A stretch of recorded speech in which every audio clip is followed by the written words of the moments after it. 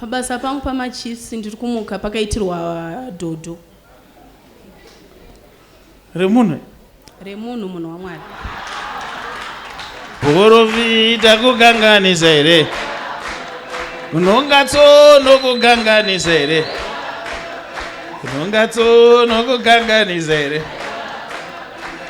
Au ndangonzwa machips achinoirira ngawe.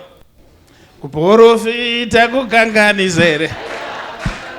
Unongatsono kuganganisa. Provita kuganganisa here.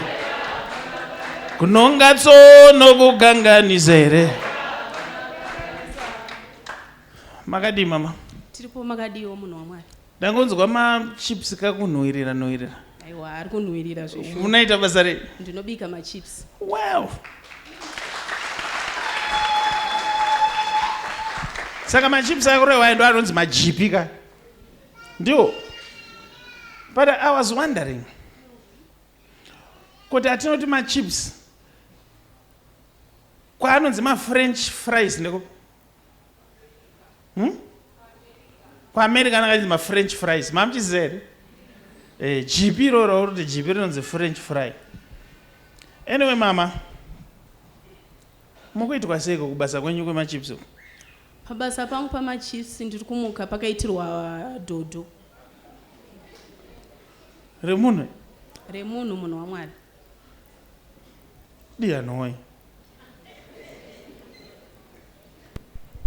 Asi Shuwa munhu otonyazosvika panobikira vamwe. Makambonzwa here kudhara kuti zvinonzi hanzi kukaitira pese pese waisirwa mhiripiri kuti uite maronda nasingena. Makambozvinzwa?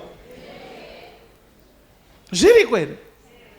Saka ari kuzviita mungada kuti timuite sei? Arohwe neshamu. Neshamu. Anyway, I just love it mama. But hakuna chinhu chinongoerekana chaitika ka. Ndiri kuteerera pabasa pamunoshanda, ndiri kunzwa vanhu vanongokuti munovhaira. Imunovhairo here? Handivhairi munhu waMwari, ndozvavanongotaura. Now, murume wenyu akambokumisai kuti regedzei kuti zvekubika machips zvimukaramba muchiita nharo kai? Hongu munhu waMwari. Nekuda kwokuti mari yedu inechiri shoma isingakwani, saka tichiti ndibetseranewo naye akabhadharawo rent nemafizi ino ndoti ngochikafu zvoreruka. Saka murume uyu kana makaramba muchitengesa akati hamuteerere, toti munoteerera here? Haungobvunza nyaya, munoteererawo here? Ndiri kutrayawo.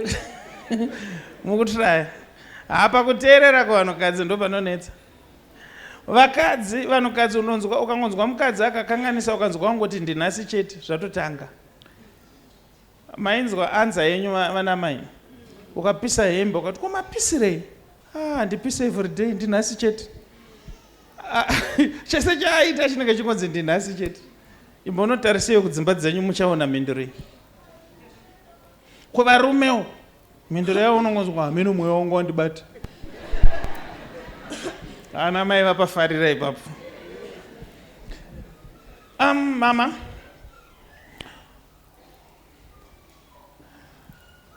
Pane murume wamunowirirana naye anobikirawo pasaidi pamunobikira pamunoshanda. Boy here nemurume? Bo zvese muProfeti. Bo zvese. Hapana kana? Akana munhu waMwari. Saka munotombo anokuperekedzai manheru? Kungowiri anongoti ndiwo road. Munhu wandoshanda naye munhu waMwari tichikumbira nawo change. So now murume wenyu imi anopota achiuya kwamunobikira but haasviki. Anonogara nechekumhiri kuseri kwechimwe chiekokeshi chiriko. Alright, Prophet. Alright. Saka ndoko anenge achikuonai. Chinonyanyobhoa murume wenyu kuti imi pamunenge muchitapanana chenji nemurume uyu munoratidza kusununguka chaizvo kusvikira pakuti kana muchitaura nyaya munorova namaoko kuti he achiona hake akawanda pachiserapo. Now, can I do some serious stuff here?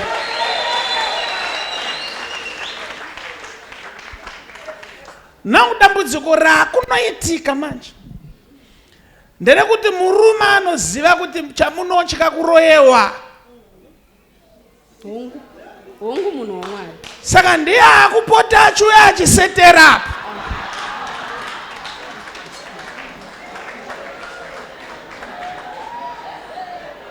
Vamariro yemurume ndeyekuti zvimwe mungatye. Mota handichabikira padhuze nemurume uyu. Saka kana muchida kupedza nyaya yedhodho riri kukunetsai, sudurukai pamurume uyu. Muregedza kunyanya kuita close naye. Ndazvinzwa munhu waMwari. Panoitika munanapo mukashaya kana dhodho.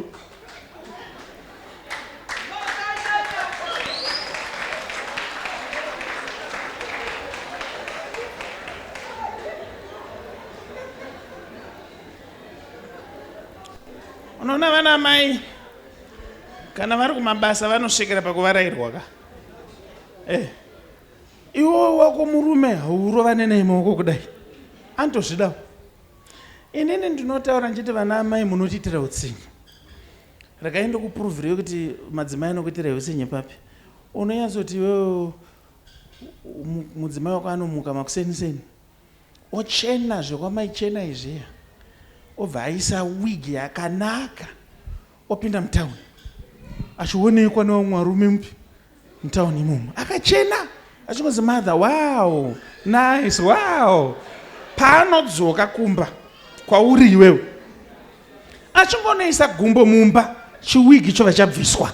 Isu tisiwe kuona mabhanzi manje iwayo.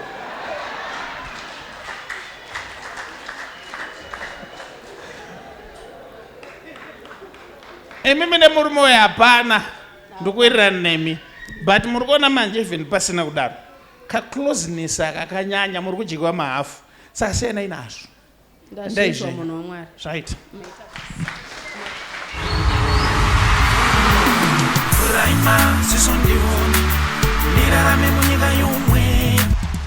Goodness and Mercy Ministries inokunzirai No Eat Before It Happens Prophetic Conference. Ibakwazi kungakenzakali ziva zvisati zvaitika. No Eat Before It Happens Prophetic Conference iri kutanga Friday 30 May 2025 kusvika Sunday 1 June 2025 pa Goodness and Mercy Ministries muina Prophet T Freddy. I-conference iqala ngoLwesihlanu 30 May iziyephela ngesonto mhlaka 1 June 2025 Goodness and Mercy Ministries. Friday 30 May 2025 kuvana 6 p.m. kusvika 9 p.m.